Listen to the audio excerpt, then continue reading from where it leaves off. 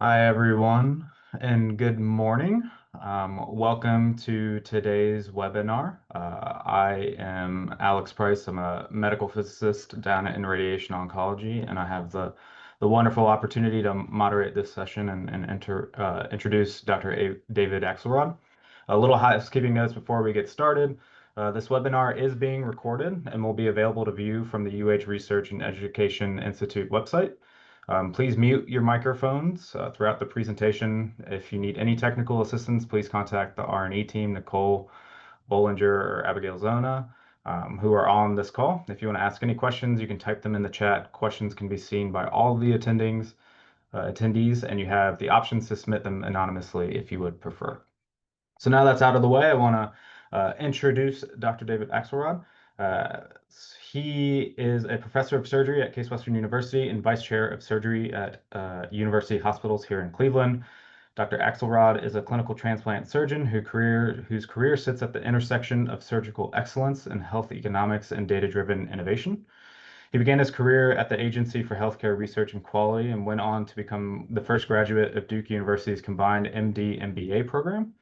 He completed general surgery residency at the Robert Wood Johnson Health Service Research Fellowship at the University of Michigan, and he followed that with a fellowship and training in abdominal transplant surgery. He's a board certified surgeon and surgical critical care. Dr. Axelrod held leadership roles across several different institutions, including the section chief at Dartmouth and then the Dartmouth Institute of Health Policy and Clinical Practice, where he was also had an academic appointment at Massachusetts General Hospital and later served as a professor of surgery with tenure and surgical director of the Kidney, Pancreas, and Liver Donor Transplant Center at the University of Iowa, where he also served as the Associate Chief Medical Information Officer for hospital care. He recently joined University Hospitals as System Medical Director, Vice Chair of the Department of Surgery, and the Deputy Director of the Center for Health Services Research. He is supported by the NIH and other funders. Dr. Axelrod's research evaluates how policy and practice affect the financial value of transplant care, examining organ quality, allocation systems, immunosuppression strategies, and the use of real-world evidence. His current work leverages machine learning to personalize immunosuppression and reduce the morbidity after transplant, bringing patient-centered precision to health system decisions, which is what he'll be talking about today. So welcome, Dr. Axelrod. Thank you, guys. Please let me know if you have any trouble hearing me. It's a pleasure to be with everybody virtually. Hopefully, eventually we'll get back to doing these things in person, but it's great to have everybody here. The topic for today is really real-world evidence, which I think is a portion of health services research. As Alex mentioned, I've been doing health services research since ARC was actually HCPR and seen it kind of grow in importance. And I think one of the differences when we think about real-world evidence is the role not just to describe the provision of different kinds of services, but using different kinds of data sets to advance science through sort of non-traditional clinical trials and that sort of stuff. Those are disclosures. So we'll talk a little bit this morning about what the evolution of real-world evidence is in clinical investigation, some definition, some data sources and analytic methods as background, talk specifically about transplant care and why real-world evidence in our world makes a lot of sense and what specific advantages we have. I'll talk a little bit about data sources that are unique to transplantation. It's one of the reasons that I've stayed with the field. It's really exciting to be able to have these kinds of data and the issues about the limitations and the addressable issues that we can use these for. And then I'll give you 2 or 3 examples of some projects that our research team has done over time using these data to inform different kinds of decisions in transplant care, and then wrap up with some questions. So what is real-world data? Where do they come from? And how do you take real-world data and make it real-world evidence? And so real-world data is really data that's collected in the usual care sort of process of delivering care to patients. And it comes from a variety of places, some of which were easy to get to in the past, some of which were hard, and we're seeing the application of AI and natural language processing and all kinds of other sort of AI-like tools to allow us to bring more and more of these data sets into easily accessible worlds. And we'll talk a little bit about Cosmos and that sort of stuff. So we think about, starting from the top, administrative claims registries, electronic health records, we're all very familiar with primary data collection from observational studies, public health surveys that we do a lot in in the health services research groups, some pragmatic trials, and then some really interesting things, social media, patient-generated health data. I think almost everybody probably has an Apple Watch on that's, tracking our steps and things like that. And we have people that are funded in the Department of Surgery here at UH to look at Fitbits as a marker for prehabilitation. How can we start to use those kinds of data to advance science and things like that? So I think what we're trying to say is these data advance the practice of medicine and understanding of care beyond simply randomized controlled clinical trials, which are largely impossible to do for large populations of patients, as you all know. So, real-world evidence has been sort of called the next great thing in healthcare. It's sort of the revolution that we're all seeing here. We're seeing UH invest in it. Peter Pronovost and the leadership at Veal has been talking a lot about it, and I think it really does make sense for us as an institution to be focused on it. And why? Well, the 21st Century Cures Act, which was actually passed now about a decade ago, actually directed various agencies, and particularly the FDA, to utilize real-world evidence for regulatory decision-making. And so this was an exciting move. And it's taken a long time for it to really, mature through. But from the standpoint of device development and drug development, reducing the cost of bringing a product to market, using things like post-approval surveys to improve care, are really important. And we're also seeing it as the ability to get drugs that are being used off-label in large numbers of patients, potentially getting them on label, which has important insurance implications and stuff, just using real-world evidence. So Congress defined real-world evidence in the 21st Century Cure Act as data regarding the usage or potential benefits or risk of a drug or device derived from sources other than traditional clinical trials. So that's what they understand it to be, and I think that that's an important thing to think about as we look about collecting these data and investing in these resources. They also mandated expanded data sharing, so expanded access to data from electronic medical records, including non-field defined data, into large federated learning networks. And so that really allows us to start thinking about utilizing data that are not just CPT codes and DRGs and the very straightforward stuff that we've used for Medicare claims, way back to my Dartmouth days and before, but all that other data that we're collecting in the course of taking care of patients that was really hard to get to. And we'll talk a little bit about where those sources are. And we're seeing greater integrations and data integrity. And so McKinsey and Company sort of says that real-world evidence really helps us understand how patient characteristics and behavior affect health outcomes. And we recognize that patients in randomized controlled trials do not look like patients that we're taking care of every day. They tend to be a selected population with a group of motivated patients. And this is really how to help people in the real world. And so this trajectory from real-world data that we just talked about to real-world analytics, which are all these new techniques that we mentioned, AI and natural language processing and federated learning, meaning models that live and learn inside each health system without sharing HIPAA-protected data across health systems, allow us to generate real-world evidence. And I think that's a really exciting time for health services researchers because we come out of just saying, and describing where these technologies are being delivered to being able to really shape the technologies themselves and the medications and the things that I use every day in my clinical practice. So the FDA, in response to that, issued a series of memos and some guidance about the use of real-world evidence that's available online. And I think they define real-world evidence as coming from essentially three different places. So disease registries, health services registries, and product registries are all subsets of the first type, which is a registry, which is an organized collection of data that has a standardized format for the population. It's defined by a particular disease or condition or exposure. And so we can think about disease registries, the CF registry or sickle cell registries or lots of other things that we participate in where it's really concentrated around the disease process itself. Those health services registries, so people who, are getting vaccines or who are getting other kinds of health services that we can track over time. And then as part of FDA approval for a variety of devices, we think about, cardiac stents, we think about some placemakers and that sort of stuff, patients who receive these devices are then entered into these kinds of registries to track their long-term outcomes. So those are all, one sort of data that in the right circumstance can be linked to larger data sets to improve real-world evidence and real-world data generation. There are some things that I think you have to think about when you're using registry data, and I'm going to set these things up and then think about how transplant works particularly well. So it needs to have relevance. So you got to collect patient characteristics, exposures, and outcomes.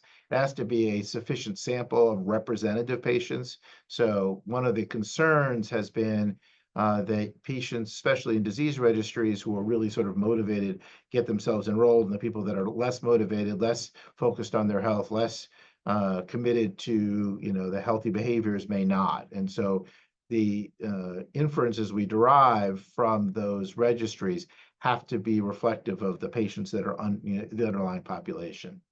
We have to ensure data accuracy and completion, which means auditing and clear definition of our data elements. We have to demonstrate data provenance and traceability. We have to curate the data to maintain accurate and complete and secure records. That secure part obviously is remarkably important in today's world. And I think all of the things that we're trying to talk about in terms of federated models and not sharing HIPAA protected data rely on the idea that we can, link data in a secure way that doesn't violate patient privacy. And then interoperability. So how do we have standardized structured elements? I think, lots of people in this call are familiar with things like LOINC and all of the other medical informatics terms to try to define, what is hypertension in your world compared to hypertension in, Metro's world compared to hypertension in, the third world that Sam works. And having some common definitions are remarkably important. And what are those concepts and that sort of stuff? And we have to accurately and consistently and completely track these things and make sure they can be transmitted. So registries have specific advantages over other real-world data sources because they're structured and they have predetermined data elements. So you're not trying to go back into the EMR and reconstruct this. They tend to be longitudinal and curated with a defined population, and they can systematically, collect patient-reported data. The registry limitations is they're often focused only on that single disease and with limited information about comorbid conditions. So if you want to know about CF, you have to know not only about their lung disease, but also, their pancreas disease, their liver disease, their diabetes, the care of their diabetes, smoking, on all those other such things to be able to draw good inferences from them. And a lot of the registries tend to be sort of focused on the disease entity itself and the specific care thing and not broadly collecting data about those patients. And as I mentioned, the enrolled patients may not be representative of the target population of interests, and patients with more severe disease are more likely to be enrolled. Enrolled patients may have different self-care practices. So I think that's an important thing to think about and why I think transplant has some unique advantages. The FDA also talked about EMR and claims data. So EMR and claims data are the things that have been the backbone of a lot of us who have been doing health services research for a long time, right? Medicare claims, Medicaid claims, some of the hospital inpatient survey and that sort of stuff. What FDA said is the appropriateness and potential limitations of the data source study questions has to support key study elements. So you need to know that you've got the time period for ascertainment. You've got to have a conceptual definition, and one of the studies we'll talk about a little bit is how you go from from claims data to real computed phenotypes that you can rely on. And it can't be just, well, these codes should work, and therefore it should work and capture what I think it is. You really have to validate that. So you need a conceptual definition that should reflect the medical and scientific understanding of condition. It may vary by study, and it's got to be validated. It's got to be reliable, reproducible, accurate, and have the ability to extract it either from claims or from the EMR. You got to have a method of linking claims with precision, and you have to have quality assurance and quality control.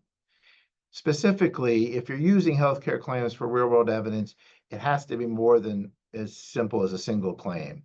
You have to define minimal criteria like 2 outpatient claims or 1 inpatient claims, understanding that not every condition gets onto a final bill because you only get so many, slots in the codes.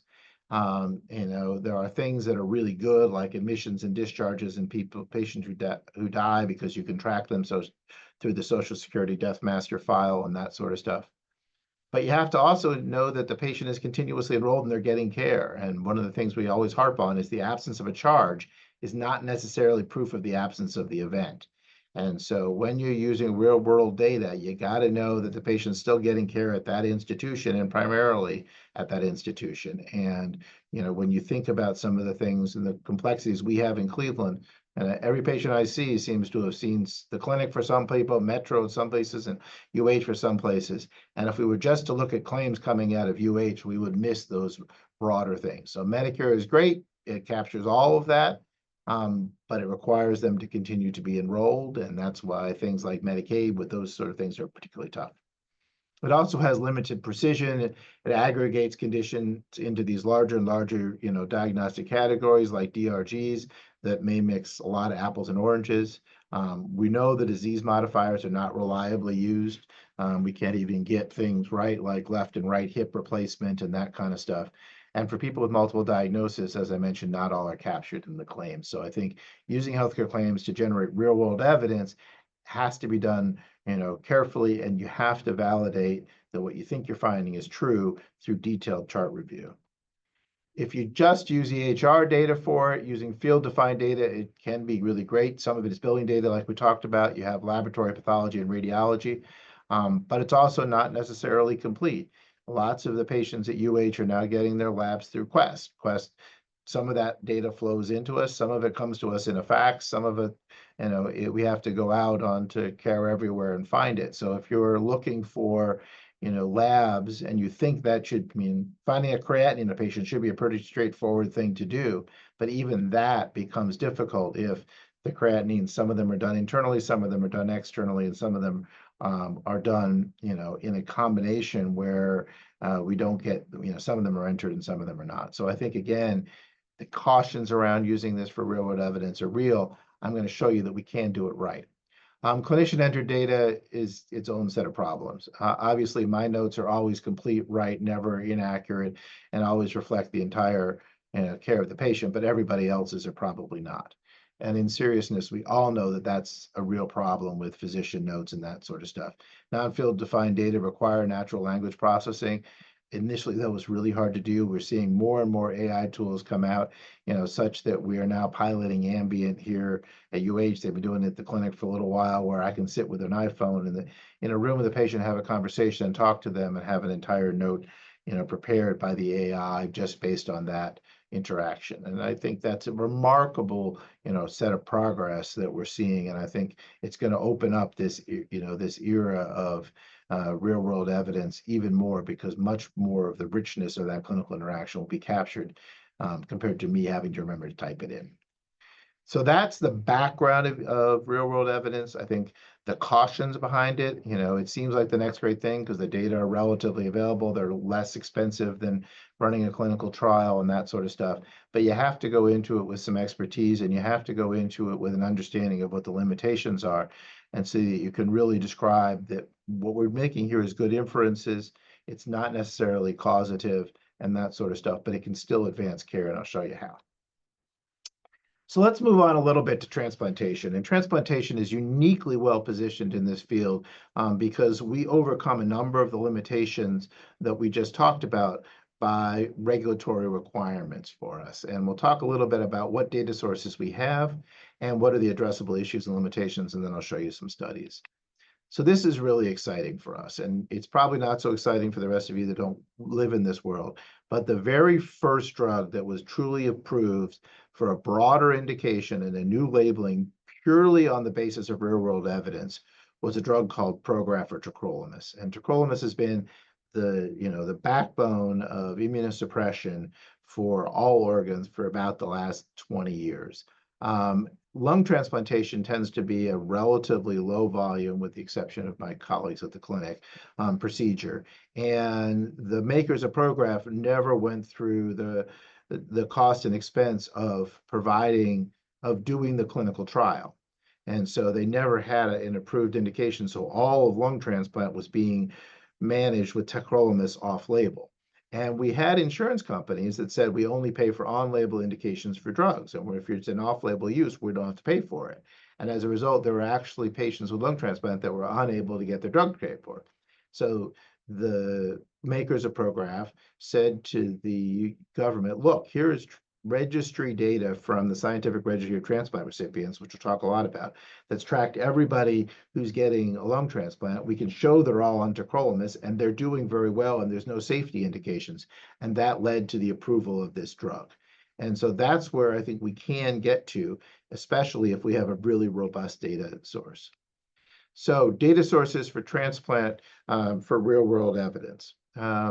The Scientific Registry for Transplant Recipients, I'm going to talk a lot about.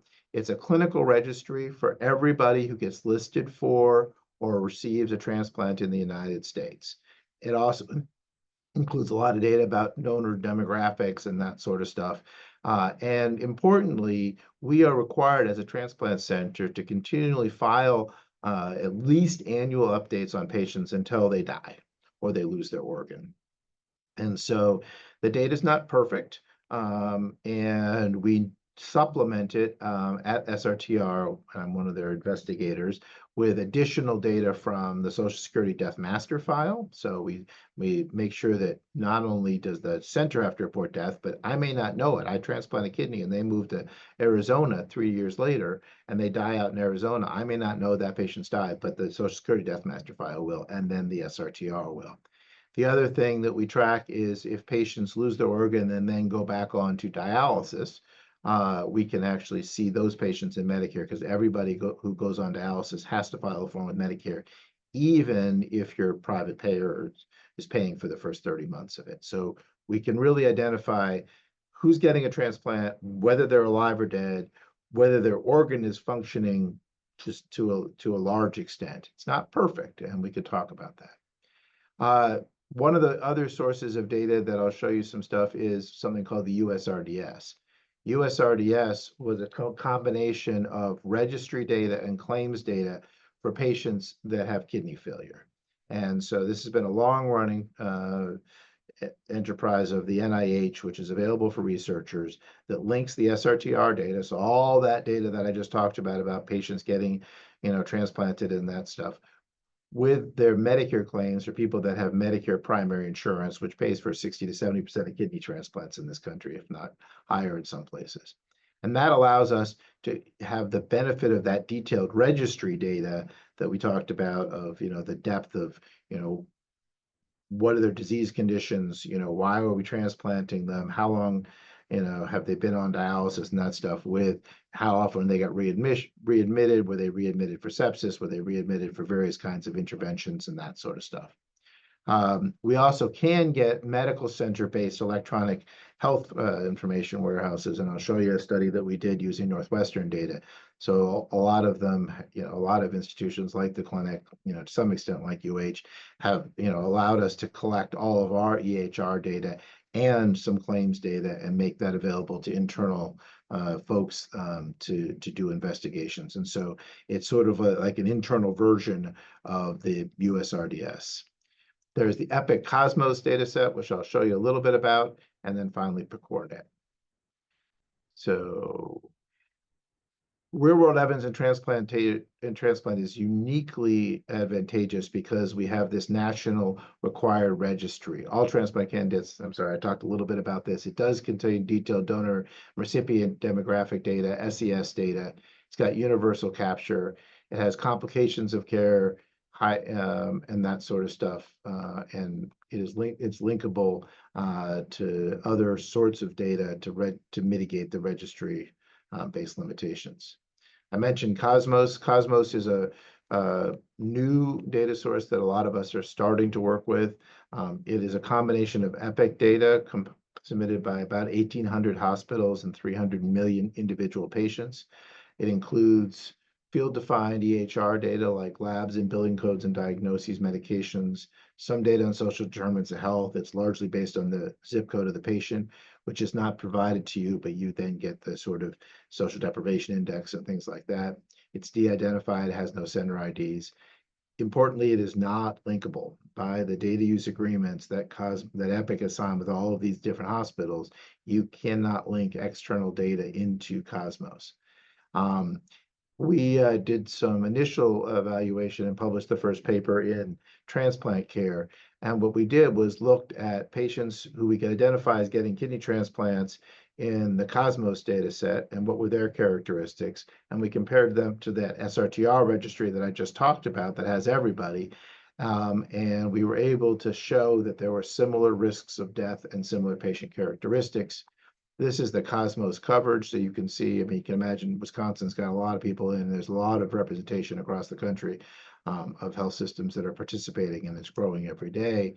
And these are data that compare Cosmos to the SRTR for percent survival, and this is just the blown up version of that.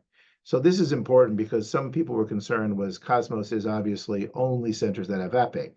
And if centers that have Epic are, the more academic centers, the more advanced centers, the centers that provide better care, or that they represent something significantly different from the experience of patients taken care of at centers with Cerner or other EHRs, we need to know that. And what we were able to show is largely that the Cosmos data and the SRTR data mirrored each other. And I think that sort of suggests that this Cosmos data will be a really rich avenue for us to be able to pursue these kinds of care studies going forward, because it really does have that broadness of a multi-center trial or multi-center data set with the detail of EHR data. Now, they don't put things like with like biopsy results and other things like that, unless they get to field-defined data, because they want to be very careful there's nothing that's in the Cosmos that allows re-identification.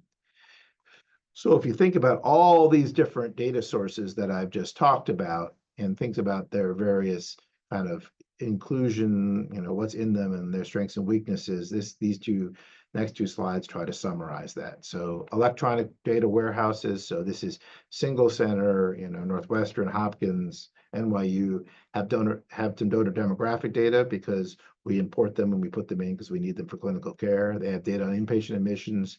They have outpatient visits as long as they're at that center, lab data, pathology data, plus minus patient graft outcome. Because as I've told you, if I'm not caring for them, I may not know.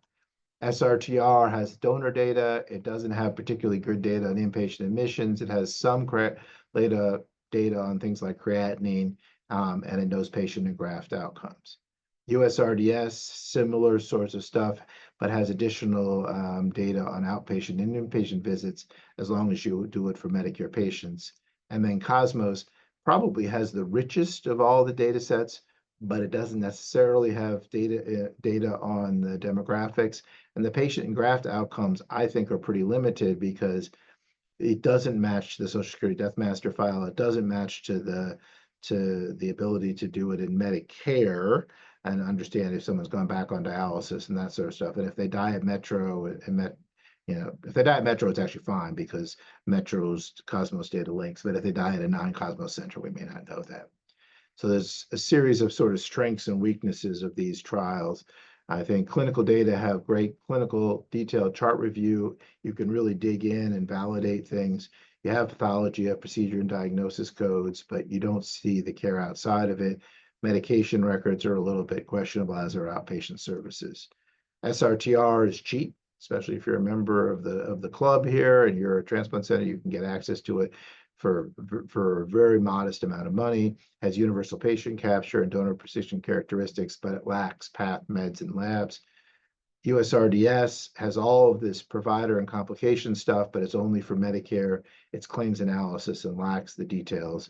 And then Cosmos, that we misses care outside of Cosmos, lacks external data like labs, and it lacks data on donor characteristics. So what do we do with this? So there's a lot of strengths, there's a lot of weaknesses. Let me show you a few of the things that we've tried to do that have advanced these projects and what the NIH is currently funding at this point.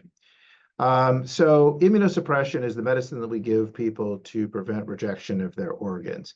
And it's optimizing it is really important. And I will tell you, many of us grew up in the sort of either close to one size fits all or, in really sort of upsetting things when we look at it with 2020 hindsight. We had a protocol for white people and a protocol for people that we looked at and determined they were Black. Because Black patients tended to require more medication and that sort of stuff, and knowing where we are now and how sort of the idea of applying a race-based construct to this as opposed to personalizing it to the individual is really upsetting. And so this is now data that we published, I don't know, 10 years ago.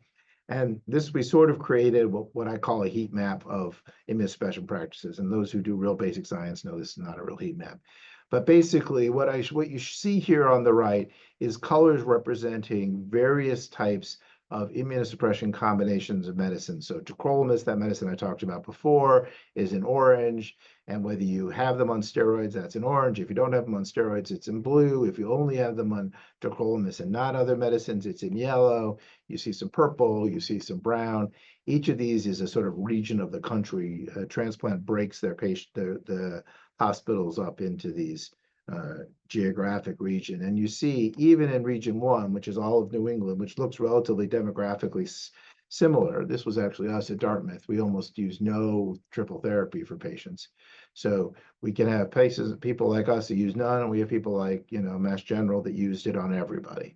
And we see this natural experiment going on out there, and that if you look at the amount of variation that's due to the front door you walked into, rather than what we can explain by differences in patients and donor characteristics, it was more than half of the variance. And so that provides this natural experiment for us to look at how these various kinds of patients did using various immunosuppression protocols over time. And it matters.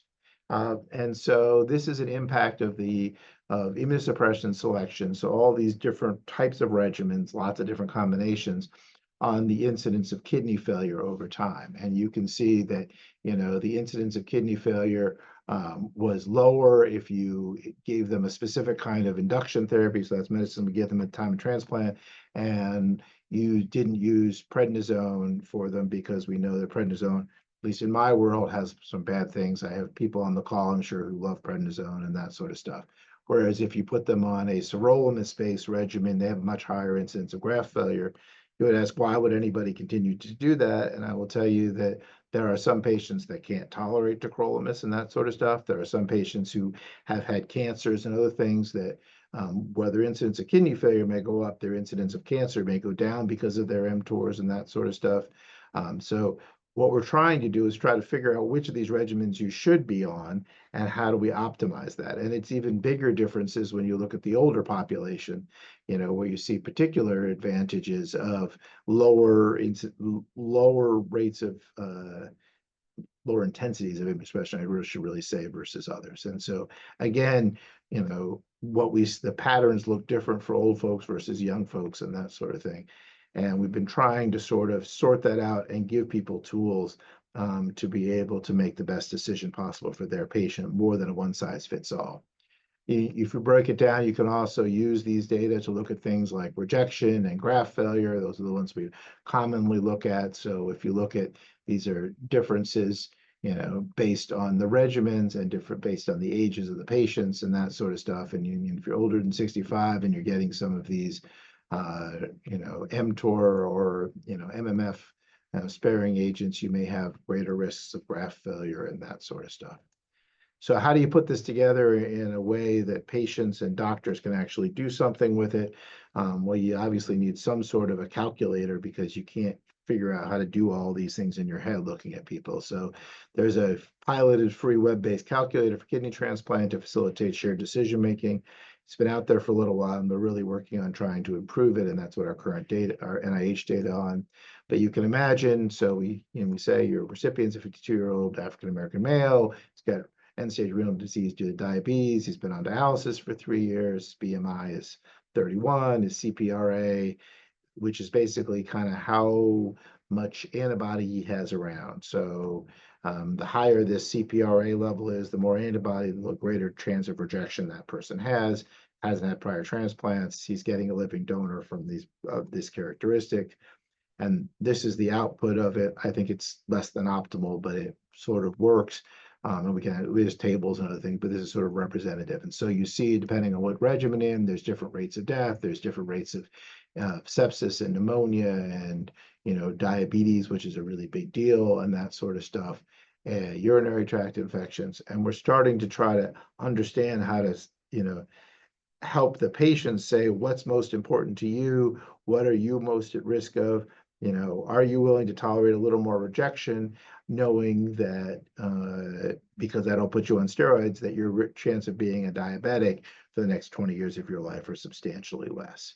And that those kinds of trade-offs are things we really couldn't, highlight more than sort of a hand waving, yes, if I put you on this drug, more people get diabetes. I can't tell you for somebody like you. Um, Whereas we're trying to do this as a personalized fashion. Our current NIH work is what's called the System 2 study, and that's choosing immunosuppression based on complications or something like that. I think we had some nice acronym. So we're going to actually try to take machine learning in post-transplant management to expand this, to minimize those immunosuppression-related complications I just described to you.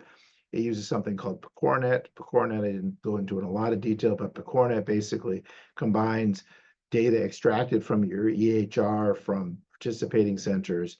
We combine it with the SRTR registry and some Medicare claims, and these are the centers that are participating in our trial. So we'll have about 40,000 kidney transplant patients. This is a very cool diagram that I need my colleague from physics to be able to explain how they all mesh together, but you have all of these various data elements, and we're linking them with a privacy protecting linkage, tokenization thing that this company called Datavan produces. So it allows you to not pass HIPAA identifiers for these limited data sets, but allows you to link across, these various kinds of data and that sort of stuff. One of the things we recognized is, as I said, we really got to be careful that the data that we have from those PCORNet is actually measuring the data that we think it is. So this was data that presentation was done by one of my medical students who has helped us, and we actually took our algorithm, our phenotype, what we thought we were describing in PCORNet, and we compared it in our initial data set in Iowa, where I came from, where we defined it, and then validated in a separate data set at Washington University. We used about 120 patients from Iowa and a little over 100 patients from WashU for our validation sample. And we compared the two of them. And as you can see, if you just use the ICD code, the positive predictive value for rejection is actually quite low. If you start to use an ICD code plus biopsy plus evidence of a specific kind of treatment, you can get your positive predictive value up significantly higher with good sensitivity and specificity. So a lot of health services research would have stuck with ICD-9 codes only. What we said is, because we have access to these additional data sets, we can actually incorporate these into our computed phenotypes, calculate that using the real world data, have validated it by detailed chart review, and actually know that we're capturing rejection. Similarly, so this is additional stuff, but for the sake of time, looked at new onset diabetes. If you just look at the ICD-9 code, it's not great. If you use our computed phenotype, which uses ICD-9 codes, no issue of diabetes before, and multiple codes, you can actually, again, increase your positive predictive value and your negative predictive value. Again, sort of demonstrating that even when you have robust data sets, you have to sort of dig into and do some old-fashioned chart review before you start using these in these real-world data. Real-world, again, myocardial infarction, their computed phenotype, positive predictive value alone, not so great. With some additional data, we can improve it. So that's the System 2 that's underway and funded by the NIH. I hope in a couple of years to be able to present to you a machine learning algorithm that allows me to, at the point of care, say, look, here's your immunologic risk, here's the different advantages to these different kinds of immunosuppression measurements. I think the optimal one is this for you. Here's the advantages you can have based on your preferences and the things that you've expressed. Want to shift gears for a little while and talk a little bit about using these for novel drug development. It's a study we did where we were looking at a tolerance induction trial. This was a trial that was originally run at Northwestern. They had a phase 2 trial that was very successful. We were working with folks that were working on a phase 3 trial. One of the questions was, could we use real world controls as opposed to having to randomize people? And when you think about it from the standpoint of a clinician saying to somebody that your choice is you go on immunosuppression, that I know, for the last 30 years of experience, the majority of your kidneys will fail within 15 to 20 years at maximum. Or you can go on this new therapy where you have to take no drugs for the rest of your life and your kidney should last forever, but we'd like you to agree to a random, coin flip. That's a very hard study to recruit into. And our argument to the FDA, which they sort of bought, was we can actually use real world evidence, like I just showed you, to do this. And we did it through an academic health center EMR, so real world evidence, just the care of these patients. We were able to link it to the transplant registry. We also use claims. We propensity match controls, so we used the patients who were getting this phase 2 trial and looked at their complications with patients who were getting transplanted at the same center with standard care as the controls, and we were able to then case match them based on the usual things we would match on, age and kidney function and other things like that, and look at complications and function. And using that, we were actually able to show, so this is the glomerular filtration rate, so the kidney function of the patients who were getting this, stem cell derived tolerance therapy compared to the patients that were getting standard of care.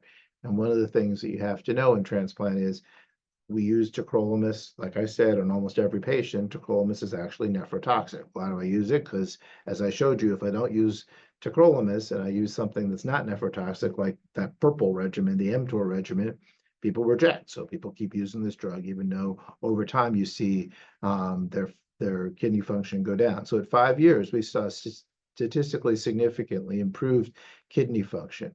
Well, in order to give them some stem cells, you had to do all this, therapy at the beginning, and we had to wipe out part of their bone marrow. Is that bad?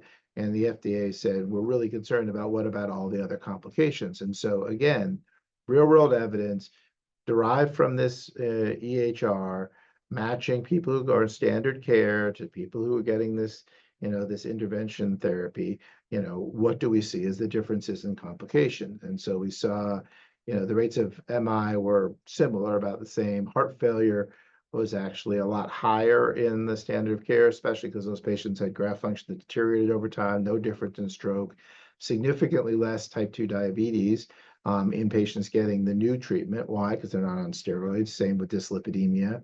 Higher rates of DVT, almost all was from the catheter that we had to use for patients that were getting pheresis. To get them in, to get their the stem cells and other things like that, and some other treatments. So they had lines for longer and they had that sort of stuff. So they had higher rates of DVT, which makes sense, and pulmonary embolism. And so this was published in Clinical Transplantation. Again, I think a really exciting thing to be able to say, instead of matching the 1-to-1, maybe we do 2-to-1 or 3-to-1, and then supplement the controls with real world evidence and that sort of thing. And I think this is how we drive, especially for orphan diseases or things where we don't have, this isn't, coronary disease where we have millions of patients or that sort of stuff. But we're going to see the ability to use these data to advance the care without requiring 1-to-1 randomization, I think, going forward. I want to wrap up with a different trial. This was not mine. It was done by some colleagues that we do a lot of research with and published in the New England Journal. But again, another really cool example of where real world evidence can be used in a way that you could never do a randomized controlled trial. So one of the things I do here is running a living donor kidney program. Living kidney donation, really goes back to the beginning of transplant. The first successful transplant in the 50s was from a brother to his brother. And it is by far the best way to get a kidney. Those kidneys last the longest. They have the best outcomes and that sort of stuff. But obviously, the person who's giving the kidney puts themselves at some potential risk. And every day I take some of those patients to the operating room, I know that we put them at some small risk. And that risk of kidney failure, differs based on who they are and what they are. And we don't want to make those decisions for people without data, but we largely have up until these trials. So what Dory and his colleagues did was set out to sort of say, of people who donate kidneys, what's the attributable risk? So they took patients who gave kidneys and matched them to real world, large registry-based trials of other sorts, NHANES and that sort of stuff to be able to derive these data.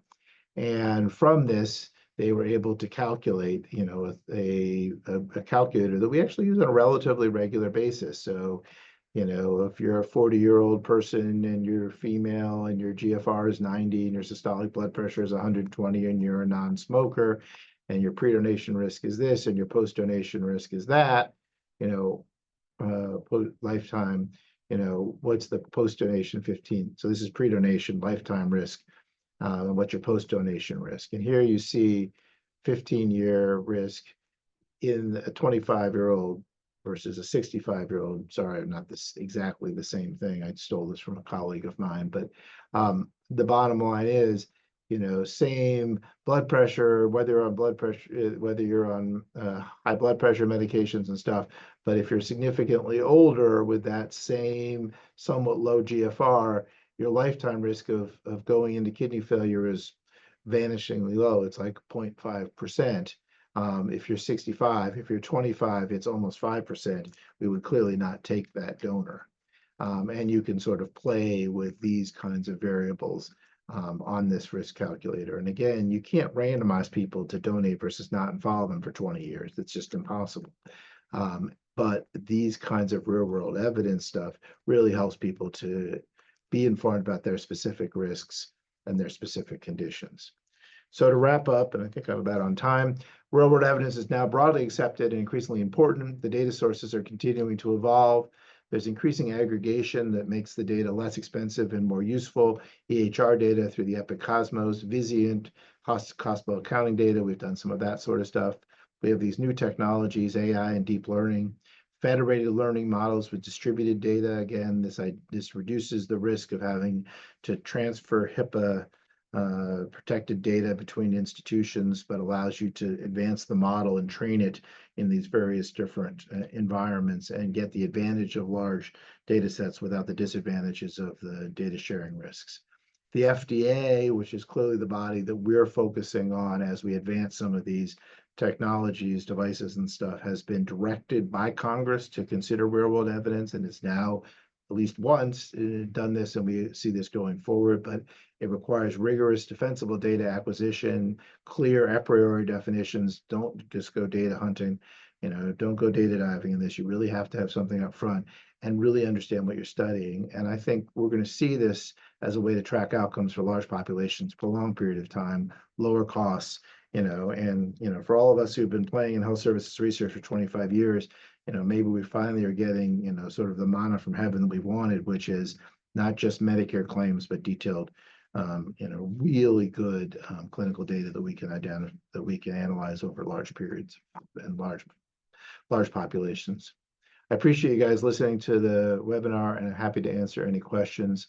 I admit I don't see the. I'm going to stop sharing, so then maybe I can actually see the chats. Okay. So thank you for that wonderful talk. It's super interesting. Definitely generated a lot of ideas in my head, and one of them actually was my PhD advisor looked at kind of the physician reception of the assessment models or the decision support that you give to physicians. Have you all looked at that in terms of like how do other providers take the information that you're providing to them and how do they use it in their clinical practice? So I think it's a great question. One of the things in the NIH is not just physicians but patients also, is how do you take these data and convey them to decision makers, both patients and providers, in a way that's interpretable to them. And just like we know that literacy is limited in this country, numeracy is even more limited in this country. And so we've been focusing on that. I think you've seen broad adoption, for example, that last tool for the living donor stuff. We see lots of nephrologists and other people who are using it when we're counseling patients and that sort of thing. And I think people find it very helpful to sort of confirm their clinical judgment and that sort of stuff. As a medical informaticist, we spend a lot of time trying to figure out how to deliver these things. And I think one of the issues with it is it needs to really be delivered inside the EMR at the point of care, so it's as seamless as possible. And I think, we haven't done that well because we haven't had the tools as much as we would like to, but we're getting there. And I think increasingly you're seeing tools in Epic of, here's a person presenting with hypertension, here's their characteristics, the optimal drug is, X, Y, or Z. And I think those kinds of things are accepted going forward. But again, it relies on doing this rigorously and explaining to people that the science is real and not just, relying on that sort of thing. Yes, while others are waiting, I will just ask a question. First, thank you. This was great, and I think the breadth of information that's there, so it really helps people like us to understand what can be done. I have two questions. First is how easy it is with all the regulations and everything that's around us in terms of doing international work. I'm not even saying, let's say, developing countries, but with comparable economies, with comparable data security. And so how difficult it is, let's say, to combine real world data from from US to, let's say, somewhere in Europe where the underlying practices may just vary of how you access care. Let's say UK versus US, very simple example, socialized medicine versus not. So I think that there's an increasing acceptance of it in a variety of ways. So real world data, you see a lot of data that are coming out of, certainly the health economic stuff that are being used for NICE in the UK and, for drug development and drug acceptance on the continent being derived from US experiences and that sort of stuff. And so it's real. I think there's been some pretty interesting landmark studies like in transplant.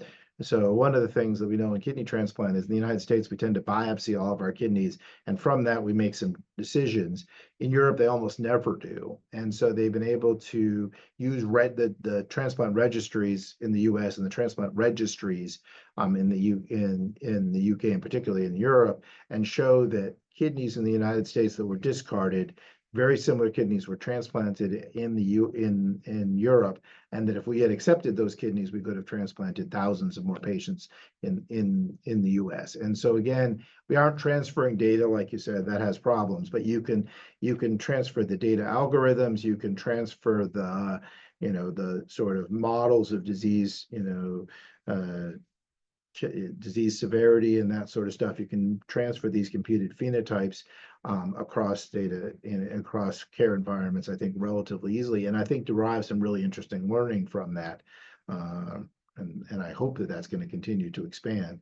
And I think as things like Epic expand, now internationally, those tools will be easier to make use of. And my second question is kind of related, but again, like say within the US, are there some specialties or subspecialties just by the nature of their, I guess, work? There's more acceptance of real world data.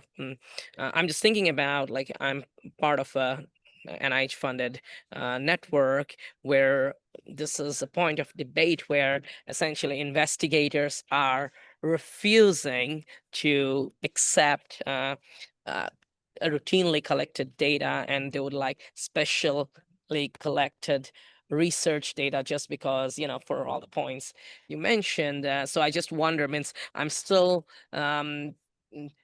waiting to see, I guess, broader acceptance, and I just don't know if it's transplant and surgery, they're just ahead of us in neonatal medicine. Any thoughts? I think the answer is sort of yes and yes. And so one of the things that I think is helpful is surgery has better registries than a lot of other things. Now, you know well about the neonatal registries and other things like that. But I think one of the things when you look at like the STS registry for cardiac surgery, the transplant registry, you're seeing, trauma registries and things like that, that have some that have a limited number of data elements that are routinely collected and rigorously collected. I think that gives people comfort that you're at least comparing apples to apples. And then when you combine those sets of data with claims-based analyses or EHR analyses, the entry criteria feel a little bit more rigorous to people. And then depending on what you count on the outcomes, I think people can wrap their heads around readmissions and rates of infections and deaths. What they can't wrap their heads around about anything patient reported in these things and assumptions about that stuff. Now, but even that, I mean, I think one of the freedom from hospitalization or days free from hospitalization has been used as a sort of pseudo patient reported outcome measure, as a quality of life measure, and that sort of stuff that people can wrap their heads around and that sort of thing. So I think you have to be careful about what you study. You have to take the time to validate the computed phenotype. And I think if you can get registries up front to get the cohorts right, so your neonates that you're studying out 5 years and that sort of stuff. Any other questions that have come up in the chat, Alex? Or if I just bored everybody? There have not, but I have another question. Okay. So, as people who are on this webinar and they're thinking about trying to get more access to real world evidence, maybe specifically even within their own institution, like what are their first steps to who to engage with and how to engage? I think the first thing, and that's where I think our Health Services Research Center is going to be really helpful. First thing is to define a question that you can really answer in these things. And there are kinds of questions you can answer, and there are kinds of questions you can't. So I think helping somebody to understand, and that's a little bit of what I was trying to do, is sort of paint the landscape of the data sources that are out there for people. There are things, the more it's counting procedures and counting people, the better off we are. The more detailed you are in terms of the quality of life, or how close do you get to resist criteria in your world of radiating chemo, the farther away this stuff goes initially, in my book. So what I would say is help to find an expert that knows the data and that sort of stuff, and we can help with that, to find a clinical question and that you think is valid. In terms of getting access to the data, I think we're increasingly getting core labs and stuff. So Cosmos is a data set that UH participates in. You have to have a specific set of training to go muddling in it, but you can't, there's a slicer dicer version, which is sort of Cosmos Lite, that is actually quite easy to use and gives you some very good, very quick hits of sort of how represented a population is there even stuff in there, and then you need somebody who really understands how to write SQL code to get down below that, and that's going to take some time and some money and some effort. But I think taking the time up front, what's a question that you can answer, and then in your own clinical data, say, well, if I want to look in the Cosmos and I assume this, and this is what I'm looking for in my patients, I have 30 patients that I'm taking care of. Get your IRB. Don't go doing this on your own, but get your IRB. But then you can look back and sort of validate that. And as we develop that toolbox, the other thing that is coming out as a resource for this is something called N3C. And I didn't mention it, but I think many of people on the call know about it. So N3C is driven out of NCATS, National Center for, I can't remember what the AT part of it is, but it's sort of a combination of NIH, CMS, HRSA, and various other parts of the Public Health Service that combines EHR data to investigate clinical questions. It was in the process of being set up, then COVID hit, it pivoted to all COVID all the time. So there's a huge data resource of institutions that participate that submit their EHR data that allow you to identify COVID-related complications. They've now expanded that. We're participating in a renal one, so it will have SRTR data that I talked about, Medicare claims data, EHR data, unlike USRDS of participating centers, and it's actually relatively inexpensive. The interesting thing is it's the platform to do this is the NCATS environment. So you don't download any of that data. You do all your analyses basically in the cloud on their secure servers, and then you have to get permission to download stuff off of that. And I think that's going to be the pattern going forward. NIH is requiring it, as well as CMS and that sort of stuff. It's going to change the way we do this work. So I appreciate it. I'm always happy to be a resource, particularly on the procedural side, for people sort of considering these kinds of projects. I appreciate people taking the time to attend. Any other questions, please feel free to email me. Wonderful. Thank you so much for talking, Dr. Axelrod. I appreciate it. My pleasure. All right. Have a good day, Thank you everybody. much. Thanks. Have a good one.